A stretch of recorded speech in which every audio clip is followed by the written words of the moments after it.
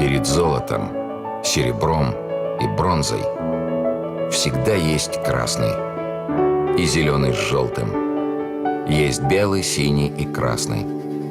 А все потому, что на Олимпийских играх важнее медалей, с которыми ты уезжаешь, могут быть только цвета, с которыми ты приехал.